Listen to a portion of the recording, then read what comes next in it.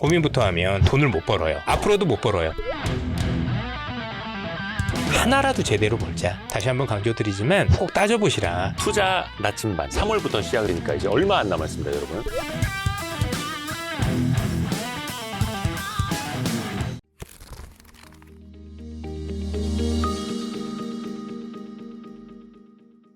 중동 쪽 이슈도 물론 이제 지금 호르무즈 해협 자체 문제가 이어지고 있습니다만 또 이 중동 전쟁이 끝나면 또 호르무즈 해협의 그 중요성, 지금 막 뭐 다변화를 해야 한다, 왜 호르무즈 해협 그 의존도가 심할 수밖에 없는 이 얘기하고 있는데 이거 역시 마찬가지 아닐까요?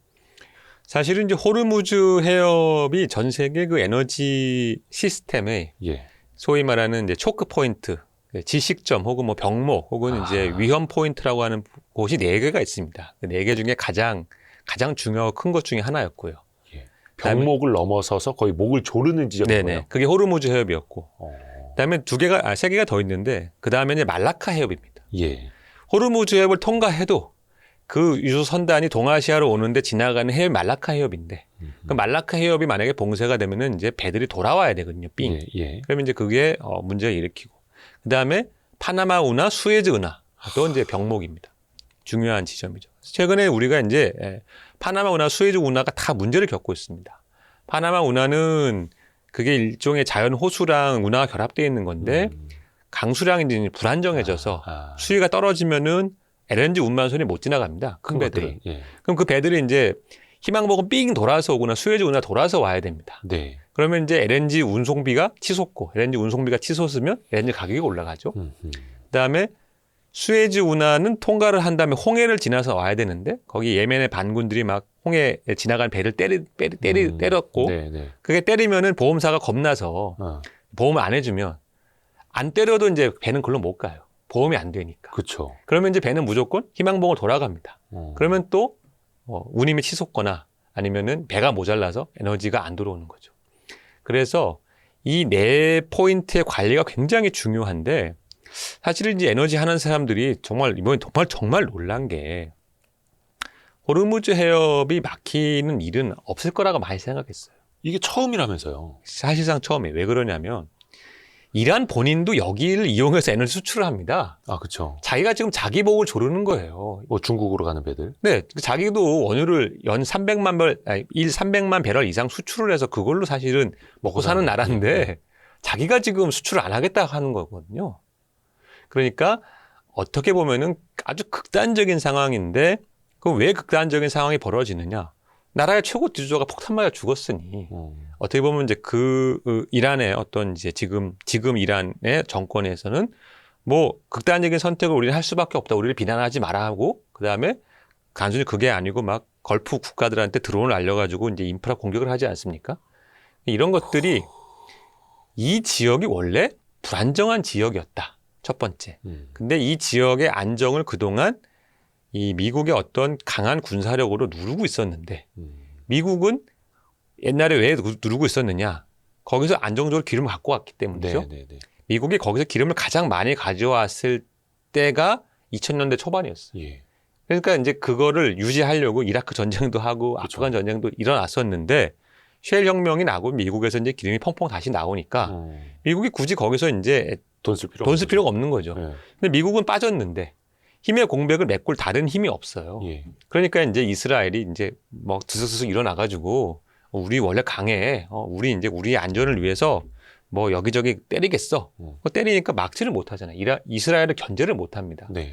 그러니까 이스라엘이 이스라엘대로 철천지 원수인 이란을 완전히 힘을 빼놔야겠다. 네. 이러는 거고 사우디도 뭐 이란이 좀 뭐 순위파 시아파 해서 위협적이었는데 뭐 막 터지니까 사실은 이제 뭐 납배든 거죠. 납배드고. 막 그 안에 정세가 굉장히 복잡한 거죠. 그렇죠. 그러면 그게 강 건너 불 얘기가 아니고 우린 거기서 에너지를 계속 갖고 와야 되는데 그런 입장이니까. 정세가 불안하니까 이건 앞으로 아까 말씀드린 겁없는 나라로 계속 있을 수가 없는 상황이다. 더 이상.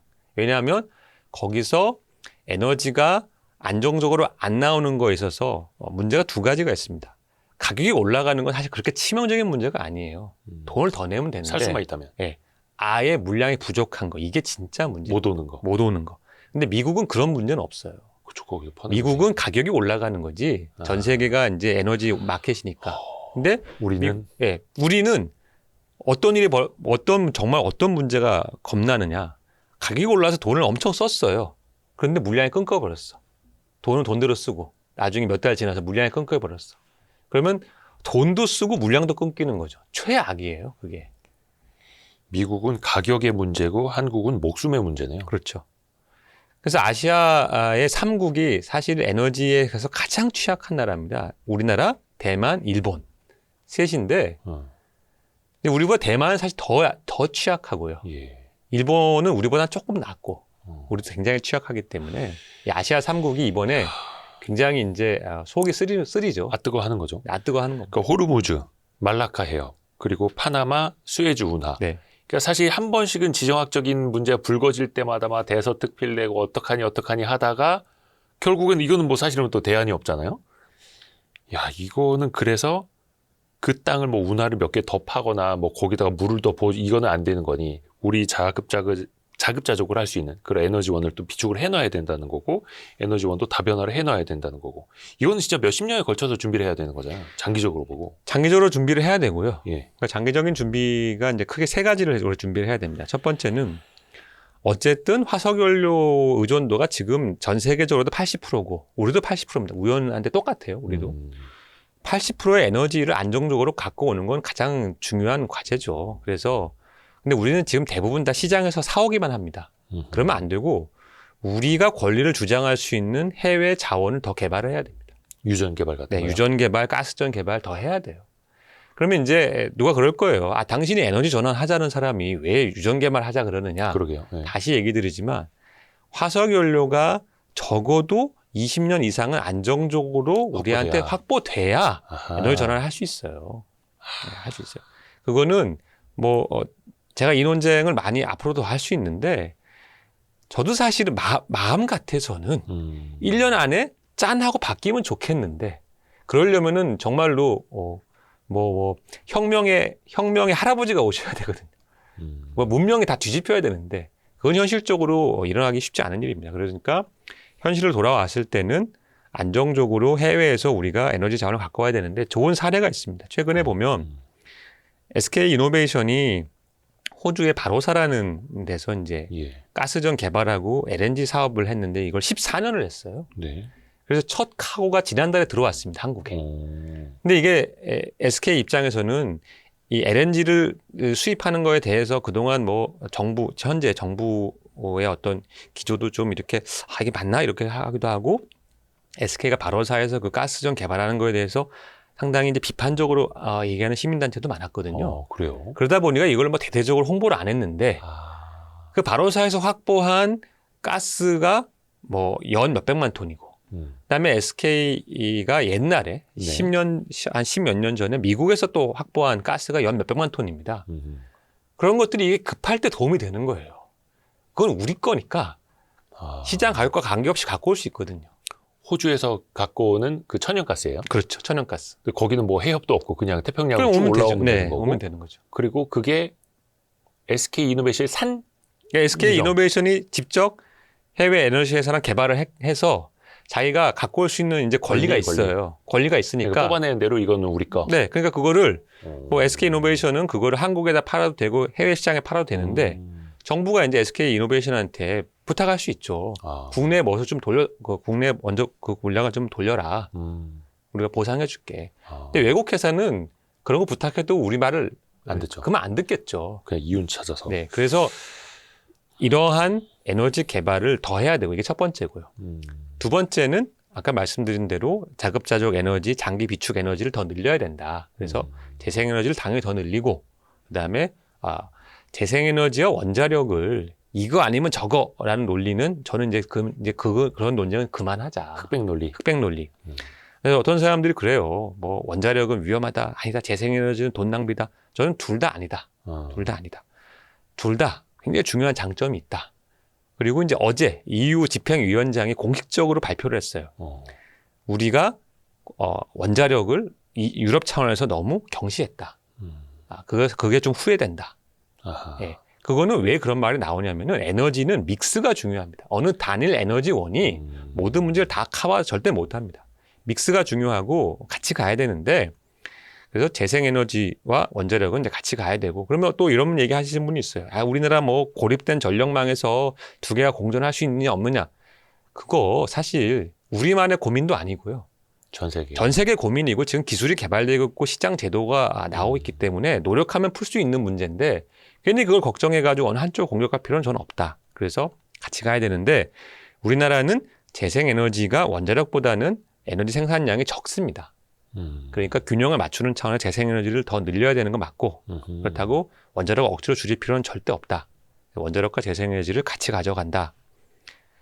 세 번째는 사실 가격이 비싸면 사람들이 소비를 줄이겠죠. 네. 네. 그러니까 예를 들어서 핸드폰 요금이 갑자기 내일 10배로 올랐다. 전화 아껴 쓰죠. 네, 저는 아껴 쓰고 데이터 아끼겠죠. 근데 지금 에너지 요금은 안 그래요. 에너지. 우리가 전기 요금의 원가가 상당히 많은 분 석탄 가격과 가스 가격이 가스 가격이 연료비로 직결되어 있지만 네. 우리가 소매로 지불하는 가격은 그거랑 연결이 안 돼 있습니다. 그러니까 지금 국제유가가 올라가면 휘발유값, 경유값 올라가니까 당장 운행을 줄일 거 아닙니까? 내가 여행도 줄이고 뭐 소위 말하는 연비 운전을 할 거 아니에요. 그렇죠. 전기는 아무도 그 생각 안 하죠. 근데 전기도 사실은 다 연료예요. 그래서 옛날 유명한 말이 있죠. 전기는 국산이나 연료는 수입이다. 아하. 네, 연료는 다 수입입니다. 그럼요. 그러니까 전기도 또 집에 도시가스 이것도 우리가 보면은 결국엔. 연동이 안 돼 있어요. 그러니까 그냥 뭐 뉴스로는 전쟁이 나서 가스가 폭등했다 하지만은 나는 그냥 집에서 반팔 입고 땀 뻘뻘 흘리면서 겨울에 불을 팡팡 떼는 경우가 있는데 이런 것은 사실은 이제 피하고 안 해야 됩니다. 에너지 원가가 올라가면 그걸 적정하게 소비 가격에 반영을 시켜서 시그널을 줘야 돼요. 비싸면 덜 쓰고 덜 쓰면은 거기서 더 우리가 벗어날 수 있기 때문에 지금은 그 시그널이 없고 그럼 왜 없느냐? 에너지가 너무 많은 경우에 이제 소위 말해서 유권자들의 눈치 보는 장치가 돼버렸어요. 그러니까 누구나 다 보면은 전기 요금을 깎아달라, 우리를 지원해달라, 뭐 에너지 요금을 지원해달라. 다 이제 그런 목소리를 높이시는데 일본에 필요하겠지만은 그걸 다 반영하면은 소위 말해서 수입하는 원가는 폭등을 해도 그건 난 모르겠고 누군가 흡수하고 나는 싸게 달라. 그러니까 유류세 한시적 인하 조치가 20번 넘게 연장되고. 네, 그렇죠. 근데 그거는 이제 정치인들 입장에서는 또 그럴 수밖에 없고 이거는 권효재 대표님이 사실상 거의 뭐 학자시기 때문에 이런 말씀을 또 해주실 수 있는 거고. 만약에 어디 관료가 되시면 이런 말씀 못 하실 거 아니에요. 근데 사실 전 정부 회의가 똑같은 얘기 해요. 미움받을 용기. 그러니까 뭐 이게 당연히 사람들은 당장 내 주머니에 돈 나가는 건 싫다. 근데 내 주머니에서 돈 나가는 게 싫다고 해서 우리가 어떤 노력을 만약에 옛날에 안 했으면 우리 이런 경제까지 못 왔죠. 그렇죠. 네. 그래서 3가지 해법을 알려주셨고요. 참 우리가 생각해 볼 만한 이슈들이 되게 많았습니다. 좋은 이야기 던져주셨고 그 연금 부자 되는 에너지 투자 최근에 이 책을 쓰셨잖아요. 네. 6조 달러가 쏟아지 이곳에서 당신의 부가 시작된다. 그게 에너지예요. 그렇습니다. 여기도 이제 당연히 에너지 전환 내용들이 있을 거고. 그럼 에너지 투자 이게 돈 되는 이야기입니까? 그렇습니다. AI 이야기 당연히 있죠. 핵심은 이겁니다. 이제 에너지 전환이 진행이 되고 있는데 에너지 전환에 대한 투자를 하면 그 투자는 굉장히 안정적인 투자이고 길게 봤을 때 내가 필요한 연금의 속성과 에너지 투자가 잘 맞는다라는 겁니다. 에너지 전환 시기예요? 아니면은 지금 에너지가 전환이 되고 있습니다. 그러니까 무슨 말이냐면 아까 처음 물어보셨듯이 석유 생산, 가스 생산에 대한 투자가 이제 줄어들고 있습니다. 그 이유는 사람들이 봤을 때 길게 보면은 석유와 가스보다는 청정한 전기, 청정한 에너지 쪽으로 사람들이 이제 더 원하고 요구를 하는데 그런 부분에 대한 투자를 선제적으로 하냐 안 하냐가 나의 노후 생활과 관련이 깊다는 겁니다.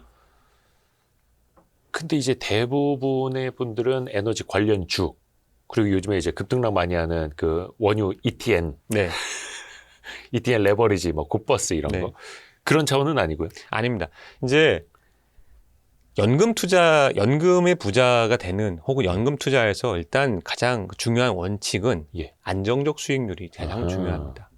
그러니까 제가 이제 되게 인상 깊게 본 글 자산 배분에 대한 글이 있었는데 그게 예. 뭐냐면 누구나 이제 사실 분석을 하면은 내가 자산 투자에 성공하는 길은 너무 간단한데 그냥 전 세계 주식에다가 분산 투자를 내 모든 재산을 다 하면 됩니다. 네.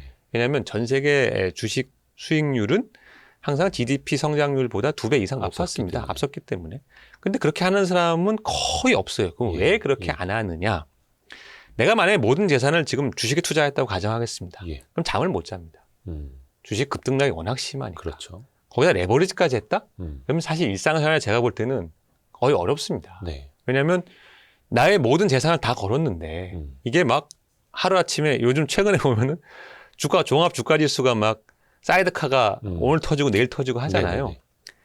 그렇게 변동성이 심한 자산에 돈을 오래 담궈두면은 내가 강철 같은 마음으로 이 자산은 언젠가 오를 거 하고 이를 꽉 깨물고 일상생활을 영위할 수 있으면 다행인데 그런 사람은 100에 한 명도 없습니다. 그렇죠. 네, 다 불안해가지고 뭐 팔든지 사든지 뭐 아니면 업무에 집중을 못하고 계속 이제 주식창 보는 거죠. 화장실 가서 안 나오죠. 네. 그런 일이 반복되면은 도대체 왜 투자를 하는 건지 이제 주객에 전도되는 거예요. 나의 안정적인 노후를 위해서 난 투자를 하는 건데 지금 내 현실이 망가지고 있잖아요. 선생님 질문이 있습니다. 네. 근데 변동성 제일 심한 게 에너지 가격 아닙니까? 그래서 변동성이 적은 에너지 자산에 투자를 해야 되는 겁니다. 그런 게 있어요? 있죠. 첫 번째가 전력망. 전력망. 네. 그러니까 우리가 에너지 투자의 트렌드를 길게 보자는 거예요. 지금 석유나 가스 가격이 변동이 심하니까 예. 거기에 돈 넣자는 얘기는 여기 한 줄도 없습니다. 네. 그거는 당연히 그거는 정말로 ETN 얘기 없습니까? 전혀 없습니다. 굿버스 없습니까? 전혀 없습니다. 아, 이거 좀 실망이네요. 네, 그런 얘기는 전혀 없고 아, 농담입니다. 네, 전혀 없고 그게 아니라 길게 보면은 이제 세상이 어떻게 바뀔 거냐 네.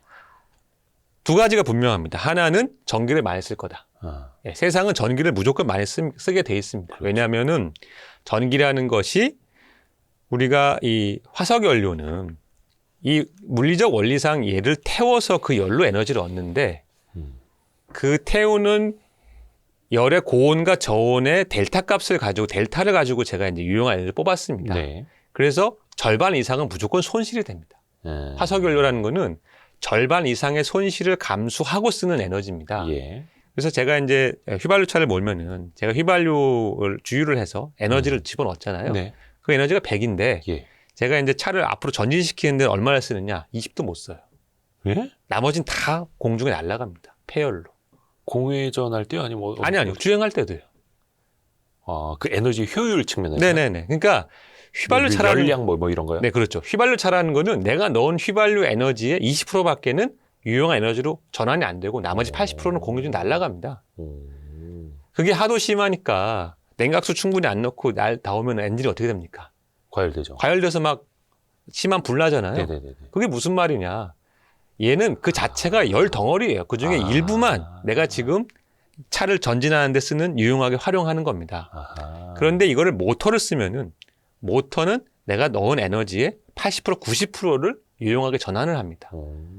즉 전기가 화석연료 태우는 것보다 효율 그 자체가 2배 이상 좋습니다. 아하. 그래서 이게 뭐 당장에 몇 달, 1, 2년 이게 아니고 길게 보면은 무조건 전 세계는 전기를 많이 쓰게 돼 있다. 아. 이게 첫 번째입니다. 그 어떤 분들 그런 얘기 하세요. 아니, 전기차는 그럼 어차피 그 전력을 화석연료 태워서 발전시켜서 충전하는 거 아니냐. 그렇죠. 근데 효율 측면에서 보면 압도적으로 좋다. 그렇죠. 전기차 자체의 효율. 어허. 두 번째는 말씀하신 이슈가 나옵니다. 그러면 이제 그 전기를 어떻게 만드느냐. 그다음에 전기를 만들어서 끝나는 게 아니라 전기를 갖고 와야 되겠죠. 네. 그러니까 전기 생산과 전기 유통. 전기 생산은 발전이고 전기 유통은 전력망입니다. 네네네. 이거 둘 다 계속 늘어납니다. 더 많은 발전소가 필요하고 더 많은 전력망을 깔아야 됩니다.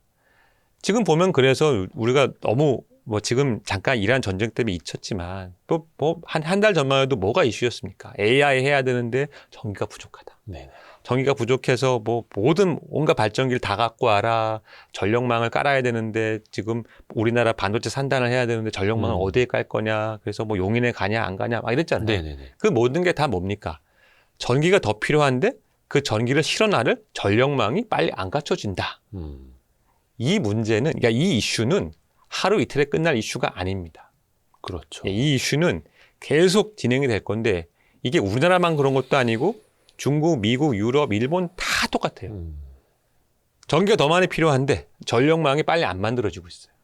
그 전력망이라는 게 발전소에서부터 네. 송전을 하는데 송전 탑도 마찬가지고 뭐 케이블도 마찬가지고 변압기도 그렇고 그걸 집집마다 뿌려주는 것도 그렇고 다 네. 토탈하는 거잖아요. 그렇죠. 그래서 아마 투자자분들은 많이들 아시겠습니다만 이제는 왜 송전기, 배전기 만드는 기업들 뭐 네. 주가가 뭐 엄청 많이 올랐고 네네. 그런 측면으로 좀 이해를 하면 되나요? 아니면 그렇죠. 또 다른 게 있습니까? 그런 기업들은 당연히 수혜를 받고요. 예. 더 나아가서 우리나라가 이제 보면은 고속도로 중에 민자 고속도로가 있죠. 네. 민간 자본이 투자해서 까는 고속도로. 예. 이제 민자 송전선도 생깁니다. 국가가 까는 게 아니라 그렇죠. 그 뭐 법 체계가 바뀐 거예요? 지금 이미 그렇게 법칙을 바꾸고 있고요. 해외에는 그런 송전선이 많아요. 그러니까 이번에 트럼프 대통령도 AI 데이터 센터 짓는 그 빅테크들한테 전력망 니네가 구축하라고. 그렇죠. 발전소 니네가 지어라. 네네네. 이렇게 하고 있잖아요. 왜 그런 일이 발생하느냐면은 수요가 이제 이렇게 빨리 안 올라갈 때는 네네네. 국가가 예산을 편성하고 계획을 해서 까는 것의 속도로 수요를 맞출 수가 있는데 수요가 급격하게 늘어나고 관련된 기술이 빨리 진화를 하게 되면은 이게 국가가 공공의 어떤 절차만 밟아서 그걸 다 맞출 수가 없습니다.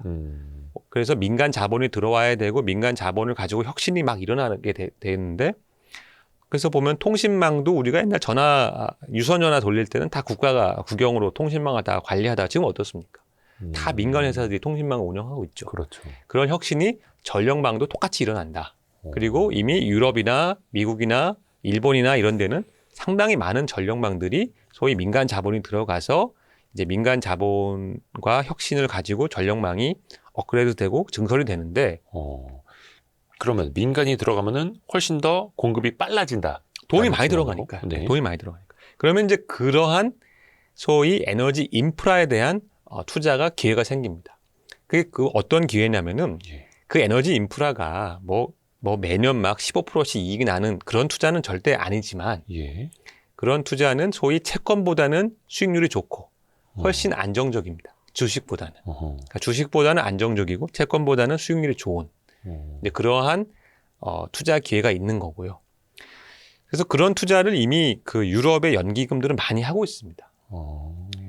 그럼 그 사람들이 이제 어떻게 투자를 하느냐? 연기금이라는 게 재밌는데 그 연기금이라는 것 자체가 소위 연금, 지금 돈을 모아가지고 20, 30년 후에 돈을 줘야 되는 거잖아요. 네. 그럼 이 사람들은 주식도 일부 하지만 주식만 할 수가 없어요. 그러다가 주식시장이 붕괴되면은 사람들 귀한 노후를 위한 돈이 날아가니까 자산 배분을 해야죠. 네. 에너지 배분처럼. 안정성이 엄청나게 중요한데 채권만도 할 수 없고. 그래서 이 사람들이 많이 하는 게 아까 말씀드린 뭐 고속도로, 전력망, 통신탑, 뭐 풍력발전기, 태양발전기 이런 데 투자를 많이 합니다. 네. 그런 투자들이 보면은 일단 수익률이 안정적인 구조가 상당히 많고 두 번째는 이 시대가 지금 어떤 시대냐면은 돈이 넘쳐가지고 돈 가치가 점점 떨어지는 시대입니다. 잘 보면. 그렇죠. 그런데 내가 생산하는 그 어떤 시설이 생산하는 가치와 그 생산하는 물건과 서비스가 얼마나 이 인플레이션에 강하냐 혹은 이 통화 가치 하락에 강하냐 이걸 봐야 되는데 잘 보면 앞으로 세상에 필요한 건 전기인데 네. 그 전기를 생산하는 어떤 자산이 있습니다. 이 자산이 연료비가 필요 없는 자산이에요. 그럼 가치가 어떨까요? 떨어지질 않죠. 않죠. 최소한. 네. 근데 제가 오늘 이 자산을 확보하기 위해서 돈을 빌려서 80% 대출을 빌려가지고 자산을 샀어요. 네네네. 20년이 지나면 내가 갚을 대출금은 아하, 인플레이션 때문에 그 자체가 다운되죠. 다운되는데 그렇죠. 이 자산이 만드는 에너지나 전기는 가치가 올라가거나 유지가 됩니다. 즉 지금 내가 장기 투자를 하기에 매우 유리한 상품인 거예요. 그 에너지 투자가 네. 그렇게 해서 주변에 보면 왜 태양광 발전소 그 좀 이렇게 싼 땅 그렇죠. 구해가지고 이렇게 쭉 깔아가지고 네. 발전원 팔아가지고 수익 내시는 분들도 계시고 그러면 현실적으로는 또 어떤 게 되는 걸까요? 뭐 그런 식의 류를 말씀해 주시는 걸까요? 그렇습니다. 그래서 예. 소위 이제 국내는 아직 그게 활성화되지 않았지만은 예. 외국에 보면은 태양광 발전소들을 투자하는 펀드, ETF, 에너지 인프라 전용 ETF 이런 것들이 많이 있는데 그런 것들이 내가 연금을 운용하는 데 있어서 주목해야 될 만한 저는 이제 섹터라 보고요. 인프라 측면에서. 네, 인프라 측면에서. 그리고 또 인프라에 투자하는 금융 상품을 통해서. 그렇죠. 그러니까 상대적으로 더 안정적인 자산 투자를 하라는 거네요. 그렇습니다. 그러니까 고버스 말고. 고버스는 저는 정말 비추해요. 왜 그러냐면 예. 잠깐 고버스 얘기를 드리면 고버스든 뭐 레버리지든 간에 한국 사람들도 한 방에 있어야 되는데 네. 레버리지 아니면 네. 고버스라.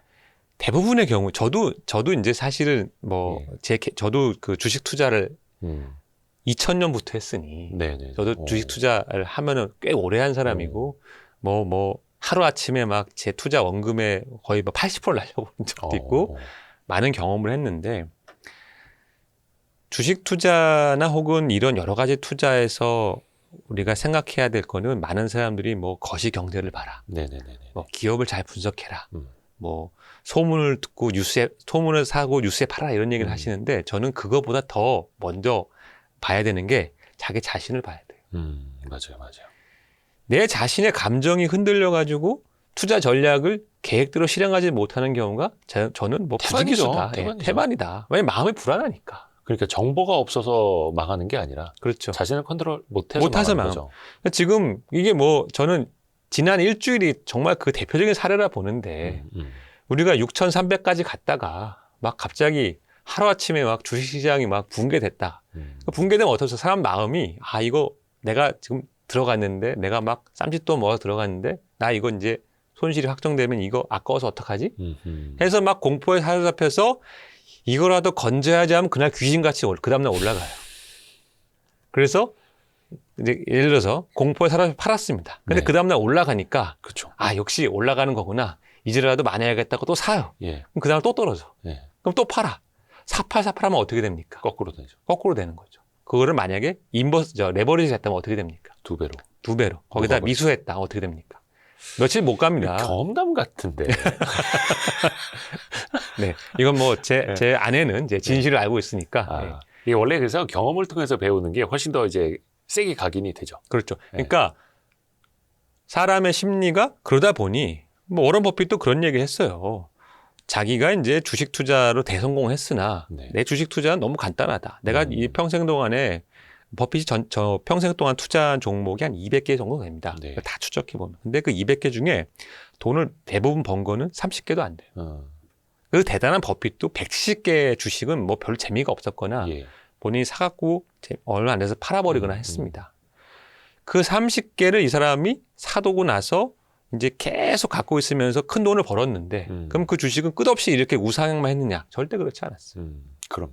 뭐 가다 떨어지고 그거를 이 장삼 이사가 그럼 참을 수 있느냐? 저는 그거는 자기 자신을 냉정하게 생각하면은 그건 어렵습니다. 어렵기 때문에 그런 측면에서 분산 투자를 해야 되고 이제 여러 가지 상품을 골고루 돈을 담아서 봐야 되는데 투자의 목적이 나의 시간을 조금만 들이고 감정적인 어떤 에너지 소모를 조금만 하면서 안정적으로 노후를 준비하고 싶다라고 했을 때는 에너지 투자, 에너지 인프라 투자를 권하는 바입니다. 그래서 연금 부자 되는 에너지 투자라고 제목을 지으셨구나. 그렇습니다. 그래서 조금 더 안정적으로 장기간 노후를 위해서. 네, 그렇습니다. 짧은 시간이 아니라.